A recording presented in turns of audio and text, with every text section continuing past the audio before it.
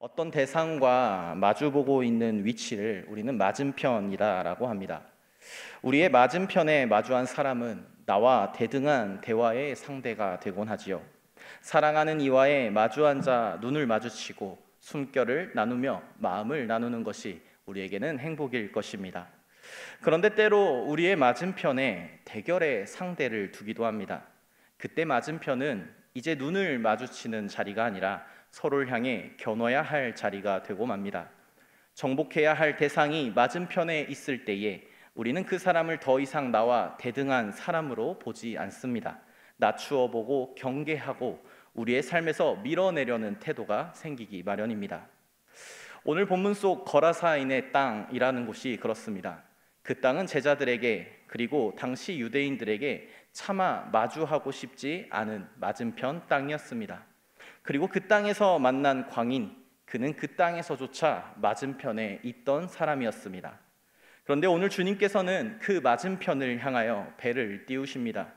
사람들이 피하던 땅, 대화가 끊긴 자리를 향해 가시지요. 그리고 그 땅 가운데에서도 맞은편에 속했던 한 광인에게 가까이 다가가십니다.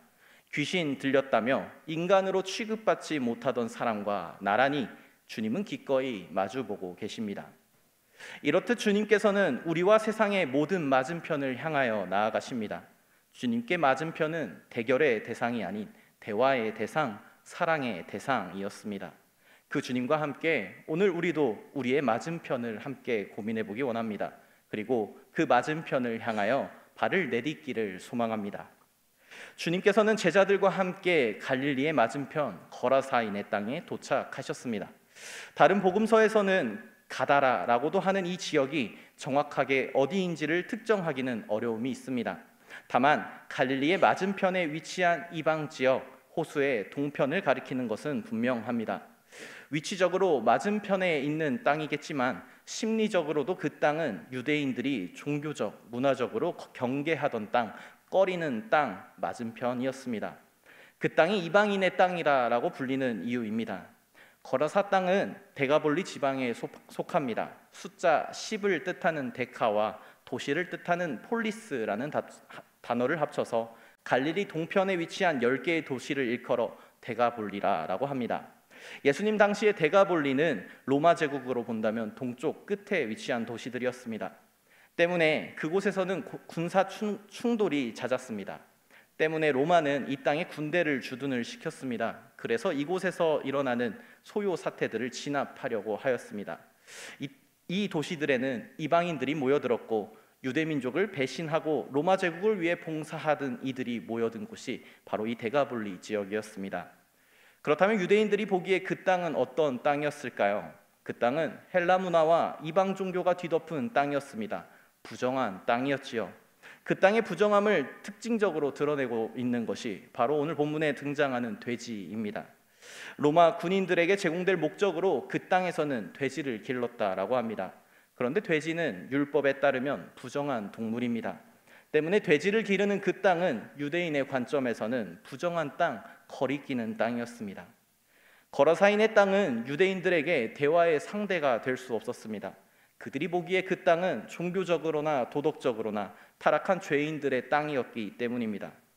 주님과 제자들도 유대인이었습니다. 그렇기 까닭에 그곳을 향하던 중 큰 폭풍을 만났을 때에 우리가 죽겠노라며 주님을 깨웠던 제자들의 심정에는 이러한 거리낌도 없지는 않았을 것입니다. 모두가 그 땅을 낮추어 보고 경계하고 밀어내려 할 때에 주님만큼은 그 땅을 마주보려 그 길을 향하고 계십니다. 그 땅에 도착하자 만난 사람은 귀신 들린 사람이었습니다. 누가가 그를 어떻게 묘사하고 있는지를 보시기 바랍니다. 27절을 보면 그는 오랫동안 옷을 입지 않았고 집에 거하지도 않았고 무덤 사이에 거하는 자였다라고 소개합니다. 그가 단순히 귀신 들려서 옷을 입지 않았고 집에 거하지도 않고 무덤 사이에 거하는 자였을까요? 혹 그는 입을 옷이 없는 자, 머물 집이 없는 자, 사람들을 피해 그들이 찾아오지 않을 만한 무덤 사이에 거하는 자이지는 않았을까요? 그는 사람들의 질서에서 제거된 존재였습니다. 왜 그러냐 하면 29절을 보면 그 땅의 사람들이 이 광인을 어떻게 대했는가가 나옵니다. 과로로 묶여 있는 부분을 보시면 귀신이 가끔 그 사람을 붙잡았으므로 그를 쇠사슬과 고랑에 매어 지켰다라고 말합니다. 단순히 귀신 들린 자가 아니었습니다. 사회 전체가 꺼리는 존재였습니다. 사람들이 그를 묶고 지킨 것은 그를 사랑해서 그를 위해서 돕고자 함이 아니었습니다. 두려웠기 때문이죠. 그를 돕기보다는 자신들의 안전을 지키기 위한 행동이었습니다. 그들이 이 광인을 위한 행동을 하였던 것이라면 그가 온전히 되었을 때에 두려워하며 주님께 떠나기를 구하지는 않았을 것입니다. 이 광인은 집단에서 귀신 들렸다며 맞은편에 버려진 자였습니다. 주님께서는 맞은편 그 땅에서조차 소외된 이를 찾아가셨습니다. 왜 귀신 들렸다라고 했을까? 왜 그렇게 불렸을까? 우리가 주류에서 벗어난 이들을 향해 제정신 아니다라고 농담 반 진담 반으로 표현하는 것과 같아 보입니다. 그 땅은 로마의 군대가 주둔하던 땅이었습니다. 그 땅에서 제국의 군대는 강력한 힘으로 일어나는 반란과 충돌에 강력히 대응했습니다. 때문에 그곳에 주둔하였던 군대는 로마군 중에서도 가장 악명 높았다라고 합니다. 이제껏 거라사 땅의 주민들은 그들의 잔혹함과 파괴성을 겪어온 사람들입니다. 그 사이에서 살아남는 방법은 무엇이었을까요? 그 잔혹함에 적응하는 것이었습니다. 잔혹함의 트라우마를 갖기보다 적응하고 무뎌지는 편이 일반적이었습니다. 이제는 그 모습과 소식들이 아무렇지 않게 여겨질 만큼 말입니다. 그렇다면 이 광인은 어떠한 사람이었을까? 잔혹함에 적응하지 못한 채 제정신이 아닌 상태로 살아가고 있던 사람은 아니었을까? 오히려 제정신이 아닌 이들을 떠나 폭력에 의한 죽음들 사이에 머무는 편을 택했던 것은 아니었을까? 이러한 해석을 보충해 주는 것이 주님과 광인의 대화입니다. 30절에서 주님은 광인을 사로잡은 귀신을 향하여 내 이름이 무엇이냐 물으십니다. 이때 군대라라고 답하지요. 여기서 사용된 단어가 헬라어 레기온이라는 단어인데 이 단어는 로마의 연대 단위의 군대를 지칭할 때 사용되는 단어입니다. 이는 단지 귀신이 많다라는 의미만이 아니라 이 지역이 가진 로마 군대의 군사적 폭력과 그 폭력에 대한 기억, 그것에 대한 아픔을 내포하고 있는 것으로 볼 수 있습니다.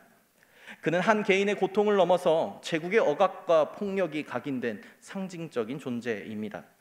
그의 외면은 귀신 들린 것으로 보일 만큼 그의 내면은 폭력과 죽음의 기억 속에서 살아가고 있던 인물이었습니다. 여러분, 우리에게는 저마다의 이유로 맞은편에 내몰린 경험들 있지는 않으십니까? 동일하게 행여 귀신 들렸다며 맞은편으로 내몬 나의 이웃들은 없으십니까?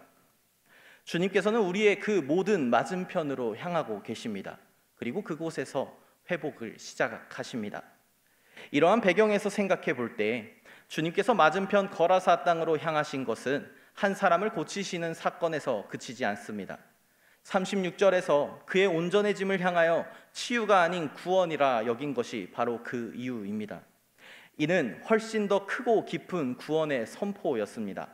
하나님의 통치가 인간의 경계와 금기를 넘어서 우리의 모든 맞은편을 향해 일어나는 열리는 놀라운 사건입니다.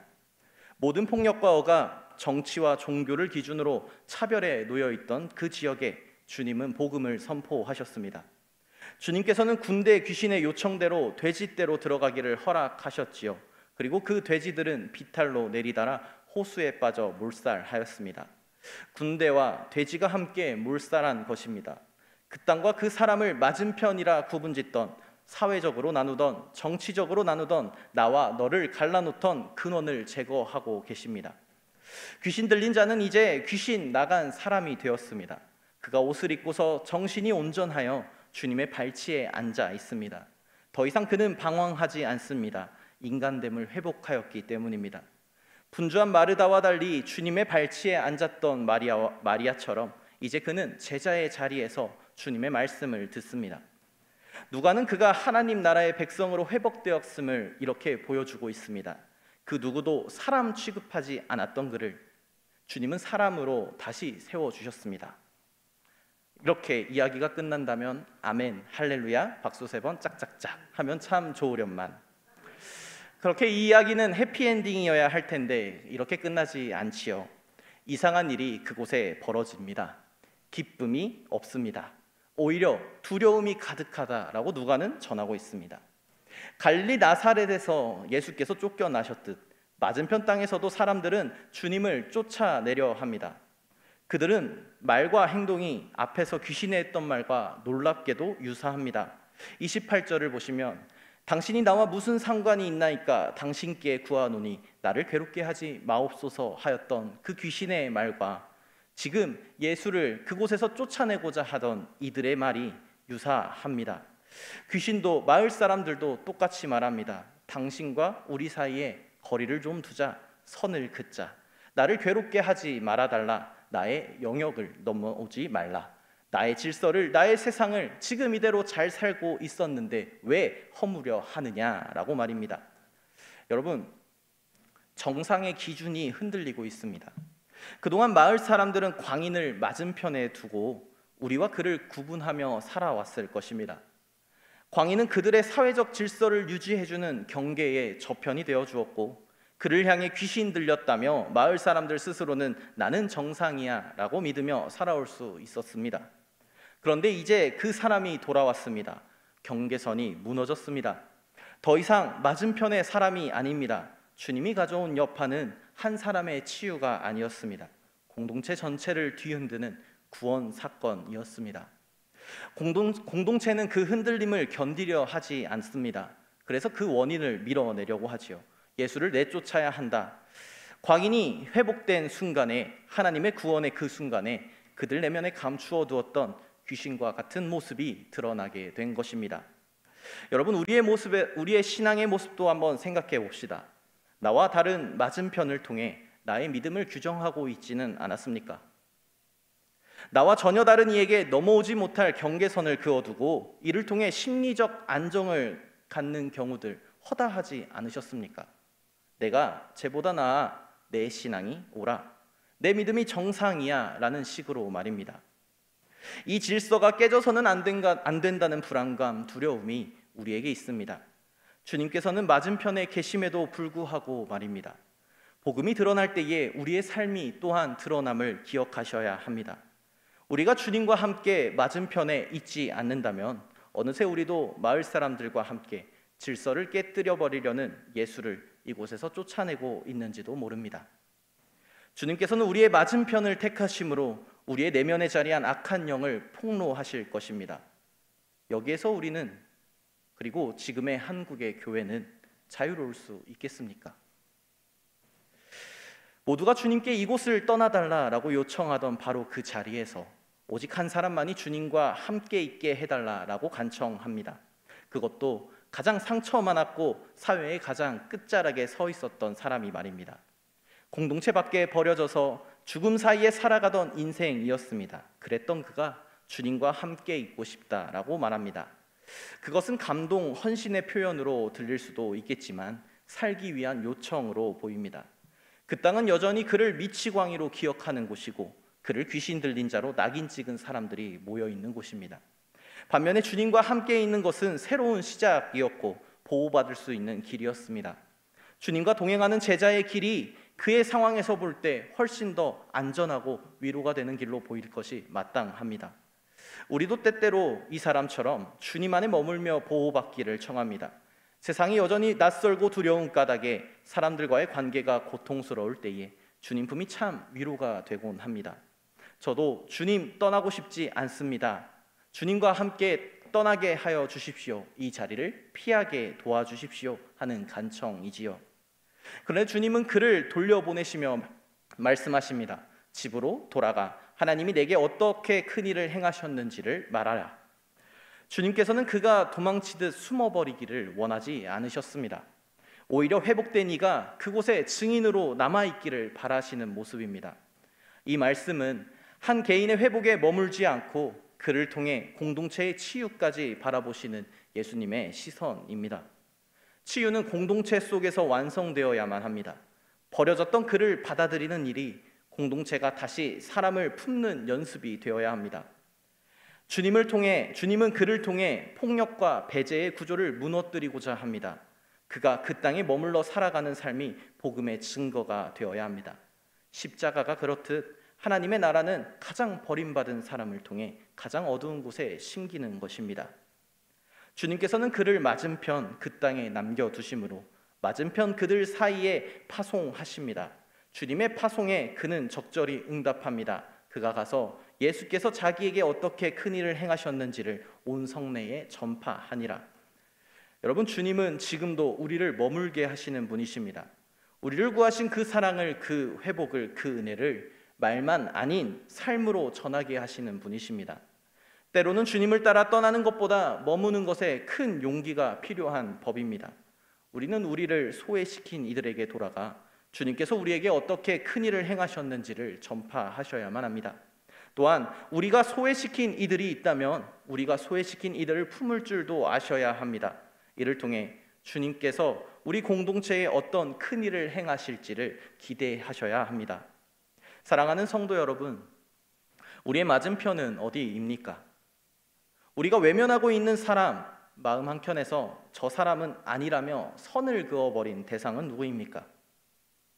혹시 우리는 복음을 말하면서도 그 복음으로 누군가를 분리하고 누군가를 배제하고 누군가를 밀어내고 있지는 않으십니까? 오늘 본문 속 거라사 사람들은 예수님을 맞이하지 못했습니다. 정확히 말하면 맞이할 수 없었습니다. 주님의 능력이 드러났음에도 그들은 주님께 떠나달라고 간청합니다. 주님은 그 요청을 조용히 받아들이시죠. 하지만 단 한 사람만이 주님께 자신도 함께 있게 해달라고 요청합니다. 그는 고침받은 사람이었습니다.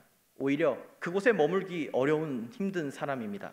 자신을 배척하고 낙인 찍었던 그 땅 가운데 다시 살아가야 할 사람이기 때문입니다. 그래서 그는 주님 곁에 있고 싶었습니다. 왜일까요? 주님의 시선 안에서, 주님의 손길 안에서 처음으로 사랑 대접 받아보았기 때문입니다. 그 모든 상처와 수치와 버림받음의 경험을 넘어서 그는 주님께 받아들여졌기 때문입니다. 그런데 주님은 그에게 말씀하십니다.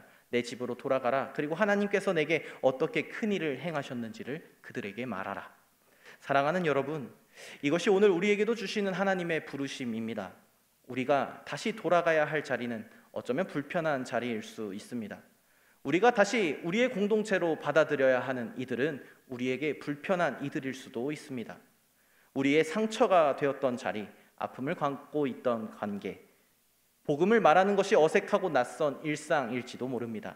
하지만 주님께서는 오늘 그곳에서 우리에게 시작하라라고 말씀하십니다. 바로 그 자리에서 주님께서 우리에게 베풀어 주신 은혜를 말하라라고 말씀하시지요. 주님의 은혜는 피하고 싶은 자리를 향해 가고, 주님의 사랑은 우리가 눈 감고 외면했던 관계를 다시 살려냅니다. 예수님은 오늘도 우리의 맞은편을 향해 가시는 분이십니다. 그리고 그곳에서 한 사람을 회복시키시고 세상의 시선에서 벗어나 하나님의 시선 안에 다시 서게 하시는 분이 바로 우리의 하나님이십니다. 사랑하는 여러분, 우리는 누구나 고침받은 사람들, 구원받은 사람들로 여기지 않습니까? 은혜로 살아난 사람들이라 생각하시지 않으십니까? 그러니 이제 우리도 돌아가야 하지 않을까요? 예수님의 그 마음 품고 예수님 계신 그 맞은편 땅으로 건너가셔야 하지 않을까요? 예수님께서 우리를 만나주신 그 사랑을, 예수님께서 우리 안에 이루신 그 회복을 삶의 자리에서 말하고 보여주고 나누어야 합니다. 주님의 마음으로, 주님의 시선으로 우리가 소외시키고 배제하고 차별하였던 우리의 맞은편에 앉아있는 사람을 다시 바라보며 사랑의 대화를 시작하는 저 여러분 되기를 소망합니다. 침묵하고 외면하는 것이 아니라 다시 마주 앉아 그의 손을 잡고, 손을 내밀고 손을 잡고 함께 걷는 여정을 함께 시작합시다. 오늘 갈릴리 맞은편 거라사인의 땅에서 있었던 하나님의 구원의 그 역사가 그렇게 오늘 우리 가운데 있기를 진심으로 소망합니다. 세상의 모든 맞은편에 마음과 시선을 두고 사랑하기를 그치지 않으시는 주님을 따라 살아가려는 우리의 모든 삶 가운데에 모든 지각에 뛰어난 하나님의 평강이 그리스도 예수 안에서 우리의 마음과 생각을 지키실 것입니다.